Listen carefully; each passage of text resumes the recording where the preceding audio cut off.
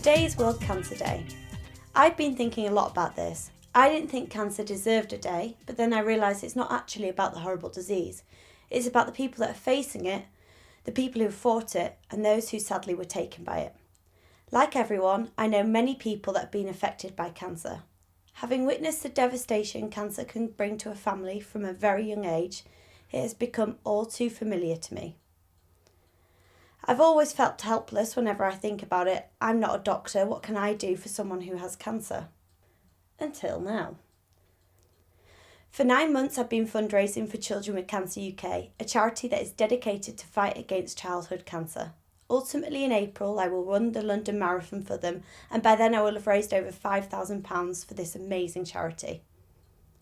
However, my marathon journey didn't start 9 months ago. It actually started almost 2 years ago in April 2017, when I lay hungover on my parents' sofa after drinking too much on a Saturday night. I was watching the London Marathon with my mum, and we watched as an experienced marathon runner, David Wyeth, I think that's how you say his name, was collapsing on the mile after running 26 miles with only roughly 200 metres to the finish line. Another experienced runner, Matthew Rees, stopped to help David cross the finish line.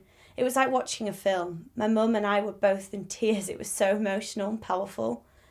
The whole marathon that year had been supporting Heads Together, a mental health charity. We'd been watching BBC documentary about people who were suffering from mental health problems, trained to run the marathon, and so it was emotional anyway, but this highlighted the importance that sport and exercise have when it comes to people overcoming something. That year, I was feeling a bit low. I'd faced a tough time professionally and personally. Although it was things that most people in the mid-20s go through, I felt very vulnerable.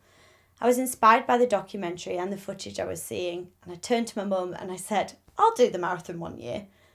She stopped crying and she laughed, and I can't blame her. Until recently, I was the type of person that only went to the gym when I booked a holiday and wanted to look like a small beached whale in my bikini as opposed to a large one. I had a less than healthy lifestyle, and watching sport on TV was about as involved as I got. However, when I began to research the marathon, I knew I wanted to do it as a fundraiser straight away. The 2018 marathon, which was the next one, however, was going to be too close to a family wedding that I was bridesmaid at. So I already had an excuse not to do it. It's no surprise that most people thought I'd never do it at all. But in April 2018, I applied to run the marathon. I applied to 3 charities that are close to my heart. It's notoriously hard to get a space in the marathon, and I wanted to run for a charity that would motivate me. And I was also conscientious not to take a charity spot from someone who had an affiliation to a particular charity. So I only chose 3. One of them was Children with Cancer UK. When I researched the charity, I learned that it had been set up by Eddie O'Gorman, a man who had lost 2 of his children to cancer in the same year. 30 years later, it's the UK's leading children's cancer charity and was funding research into cures and preventions of cancer and kind of treatments. This really stuck in my mind. So when I got a call to say that they'd have me on the London Marathon team, I was delighted. I phoned my dad straight away to tell him the good news, and he didn't stop laughing for 10 minutes at the thought of me training for a marathon, let alone running one. But he promised to support me in any way he could, as did the rest of my family and friends. I knew I could take on this challenge because I knew 2 very special people that have taken on a much harder challenge, cancer. One of them is Craig, my cousin-in-law and friend, who I met when my cousin Claire first introduced him to the family when I was just 14.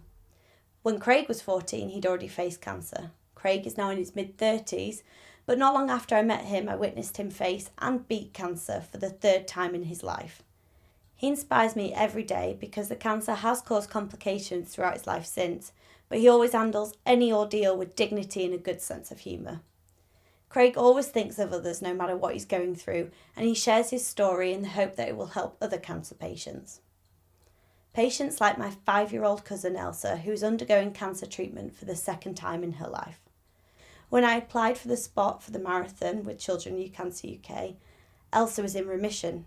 However, late last year this wasn't the case. Her cancer had returned. Devastation, anger and helplessness overwhelmed me when I first found out the sad news, until I reread a message Elsa's mum had sent me. The last line read, "Keep doing what you're doing." And I knew that this was my way of supporting Elsa and the rest of the family.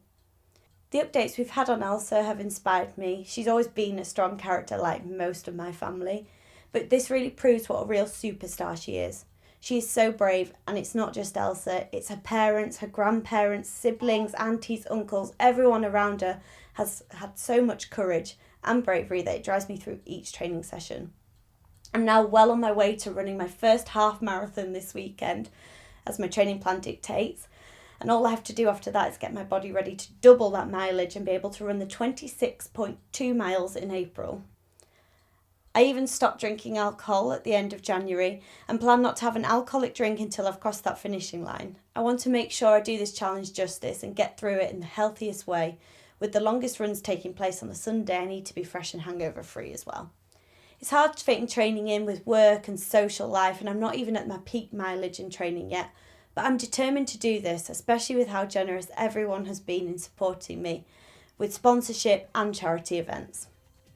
A trust has been set up for Elsa to make sure she can always receive the best possible treatment. I will continue to support this after the marathon, so I never feel helpless to anyone facing cancer again. This World Cancer Day, I wanted to share my marathon story so far with you, because I hope it inspires you to donate or take on a challenge yourself to raise money to help fund research into this terrible disease and how we can beat it for good. Thank you.